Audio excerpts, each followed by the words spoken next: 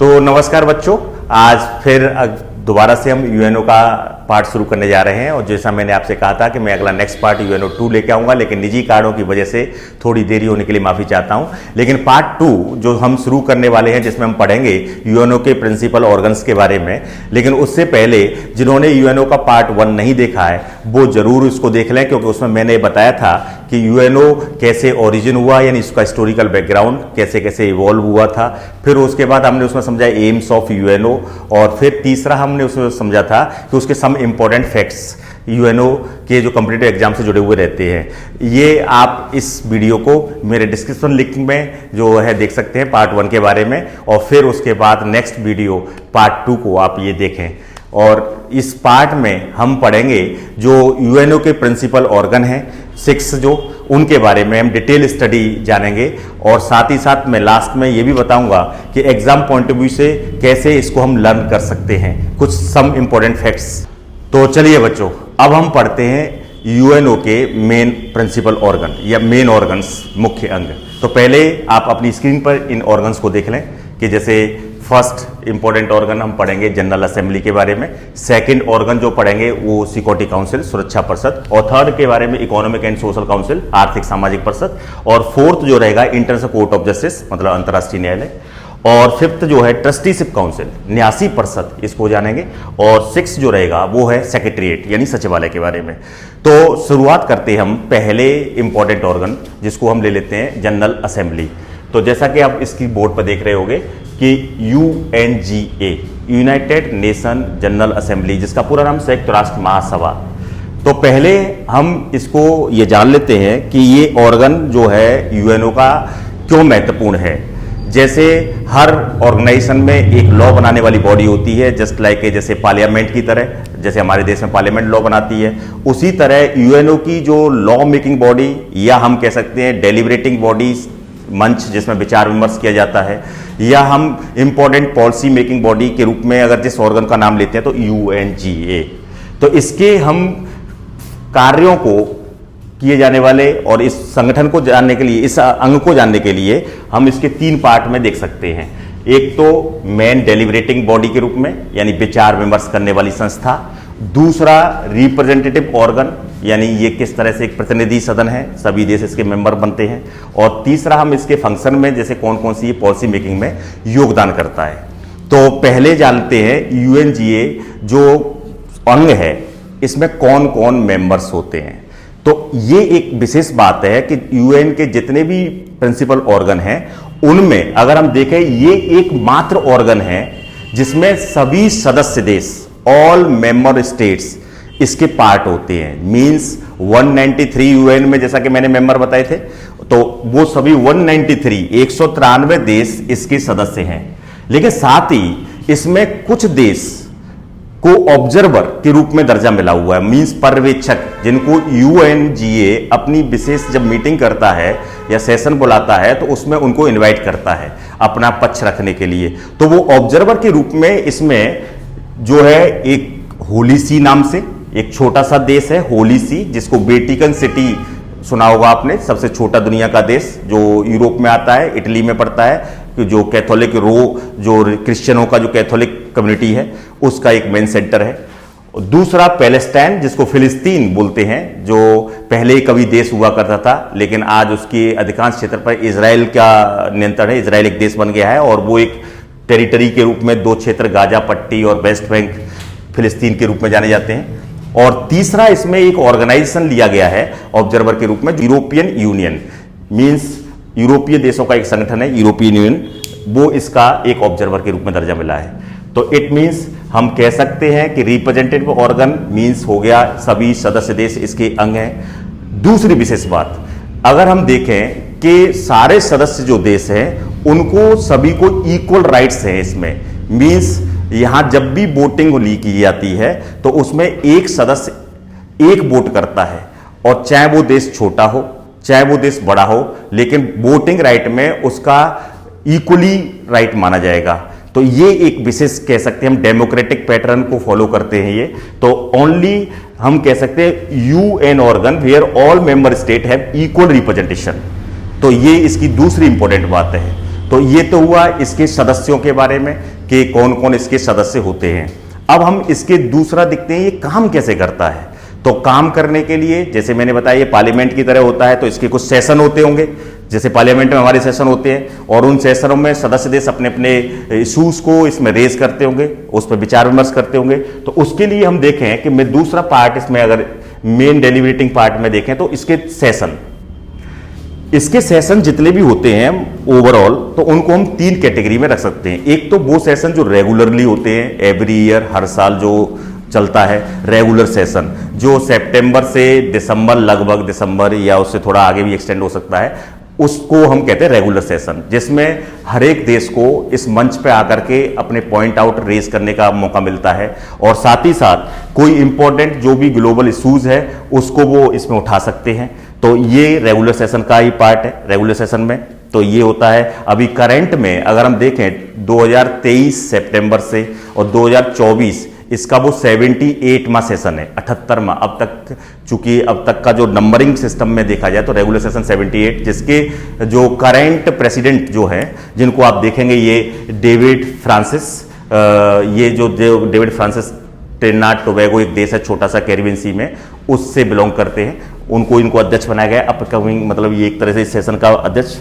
अब दूसरा एक और सेशन होता है, इसको हम कहते हैं special session. Means special session, अगर कोई इंपॉर्टेंट इशू है, ग्लोबल इशू, कोई सिंगल स्पेसिफिक इशू, उस पर डिस्कशन करना है, तो उसके लिए यूएनजीए में अगर मेजॉरिटी से मेंबर एक प्रस्ताव पास कर देते हैं डिस्कशन करने के लिए, या फिर सिक्योरिटी काउंसिल की रिकमेंडेशन, जो सुरक्षा परिषद इसका दूसरा इंपॉर्टेंट ऑर्गन जो है वो रिकमेंडेशन करता है, तो उसके आधार पर यह सेशन बुलाया जा सकता है।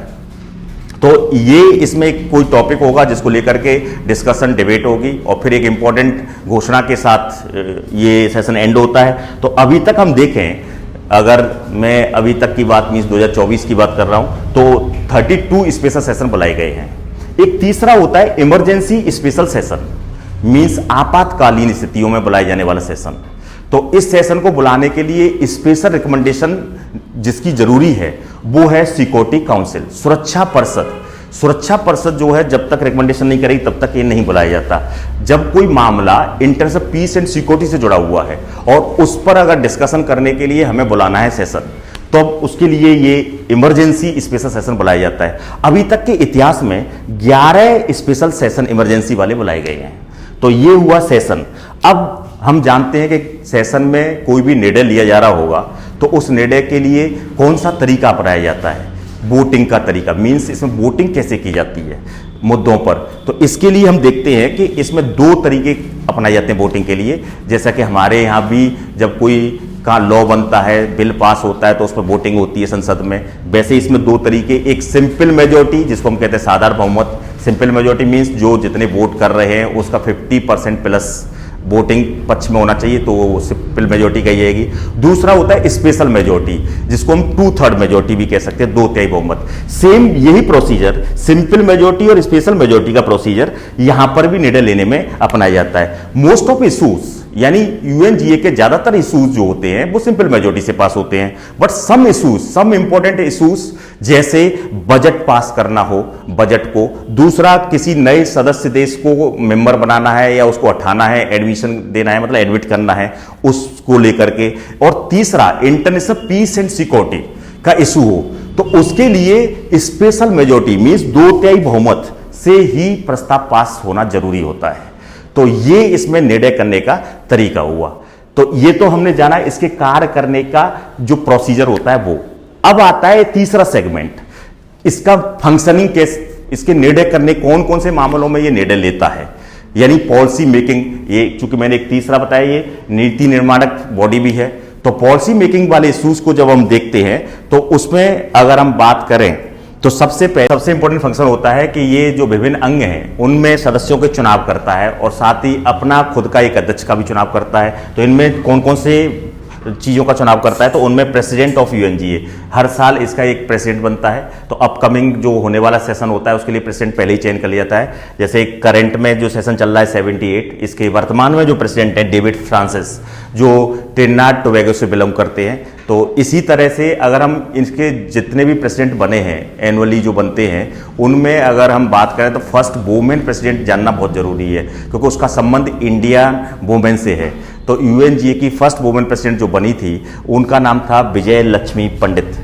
जैसा कि बहुत अच्छी तरह जानते हो कि पहले प्रधानमंत्री नेहरू थे, उन्हीं की ये बहन थी विजय लक्ष्मी पंडित। इनके बारे में मैं आपको बता दूं कि विजय लक्ष्मी पंडित 1946 से 50 के बीच में जो असेंबली रही थी, कॉन्स्टिट्यूंट असेंबली, उसकी ये मेंबर भी रही थी। और इनके बारे में एक विशेष बात कि फर्स्ट वुमेन कैबिनेट मिनिस्टर बनने वाली ये एक पहली भारतीय महिला थी। मींस आज़ादी से पहले, ये बात हो रही है आज़ादी से पहले, जब 1937 में प्रोविंशियल इलेक्शन हुए थे तो उनमें यूनाइटेड प्रोविंस एक स्टेट था, उससे वो मिनिस्टर बनाई गई थी। और साथ ही साथ ये कब बनी यूएनजीए की फर्स्ट वुमेन प्रेसिडेंट, तो वो ईयर है 1953, 1953 में।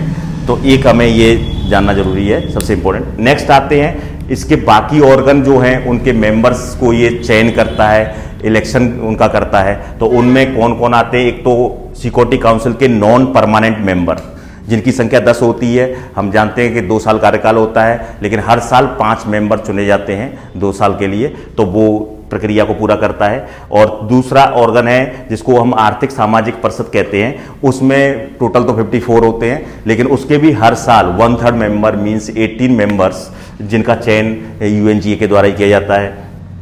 इसी का एक इंपॉर्टेंट एसोसिएट ऑर्गन है यूएनएचआरसी, ह्यूमन राइट्स कमीशन जो है, उसमें 47 मेंबर्स होते हैं। जैसे हमारे आज़ादी को 47 में हुई, तो 47 इसके मेंबर ह्यूमन राइट्स के हैं। तो उसके भी सदस्यों का चुनाव ये करता है। और उसके बाद एक इंपॉर्टेंट ऑर्गन जैसे आईसीजे, उसमें जो जजों का चयन, उसमें 15 जज, उनके चयन में भी ये रोल निभाता है। और नेक्स्ट जो लास्ट इंपॉर्टेंट ऑर्गन मैंने लिखा है, जिसको सचिवालय का हेड जो होता है, जिसको कहते हैं सेक्रेटरी जनरल, इन मीन्स इस महासचिव, उसके चयन में भी यूएनजीए का रोल होता है। Means recommendation of security council, security council इन सब में रिकमेंडेशन देता है, लेकिन फाइनल चयन इसका रोल निभाता है यूएनजीए। तो ये तो हुआ इलेक्शन में। दूसरा हम देखें इसका इंपॉर्टेंट रोल, वो है चूंकि एक पार्लियामेंट की तरह है, तो जो भी यूएनओ के रेगुलर खर्च एडमिनिस्ट्रेटिव हों, चाहे पीस मेकिंग मिशन जो चलाता है उसके खर्च हो, या बहुत सारे जो प्रोग्राम्स हों उनके जो खर्चे हैं, एक्सपेंडिचर हैं, उनको मेंटेन करने के लिए इसको अपना एनुअली एक बजट पास करना होता है। जैसा कि मैंने बताया था, स्पेशल मेजोरिटी से वो बजट पास होता है।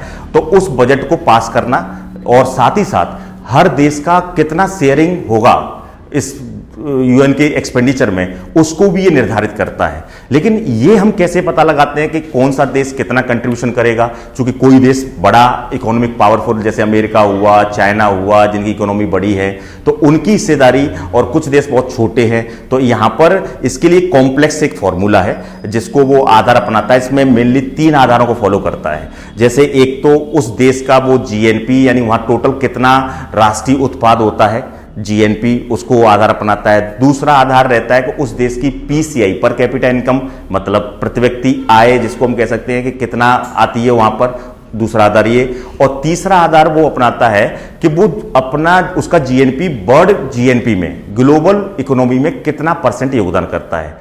उसी के बेसिस पर उसका परसेंटेज वो तय करता है, जो है यूएनजीए कि बजट में कौन सा देश कितना कंट्रीब्यूशन करेगा। According to this economic condition अगर देखें कंट्रीज की, तो हम जानते हैं कि यूएसए, अमेरिका दुनिया का सबसे मोस्ट पावरफुल इकोनॉमिक कंट्री है, और उसको अगर आप देखें तो सबसे ज़्यादा कंट्रीब्यूशन इसके बजट में 22% उसका ये योगदान है। और साथ ही जो पीस कीपिंग मिशन होते हैं उसमें लगभग ये 28% कंट्रीब्यूशन करता है।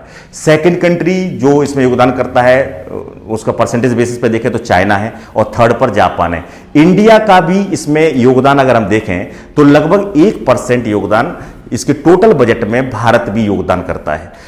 अब मिनिमम इसमें एक क्राइटेरिया बनाया गया है कि मिनिमम जो कंट्रीब्यूशन है 0.001%, एक हर देश का कम से कम किसी देश का इतना कंट्रीब्यूशन होना जरूरी है। तो ये इसमें बजट पास करने का और शेयरिंग फिक्स करने का एक तरीका होता है।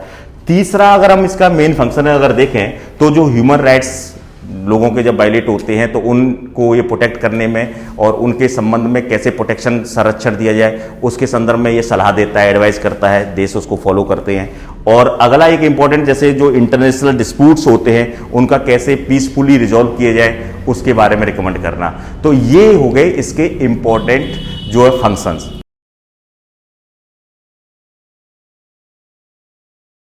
जिसके आधार पर काम करता है। तो फाइनली अब हम चूंकि नेक्स्ट वीडियो में यूएनओ का एक और पार्ट हम जिसमें हम बाकी जो ऑर्गन्स हैं उनके बारे में पढ़ेंगे, क्योंकि यूएनजीए एक इंपॉर्टेंट ऑर्गन था इसलिए उसके बारे में मैंने तुम्हें डिटेल जानकारी दी और बाकी ऑर्गन्स के बारे में भी महत्वपूर्ण जानकारी है नेक्स्ट वीडियो में प्रोवाइड कराता हूं।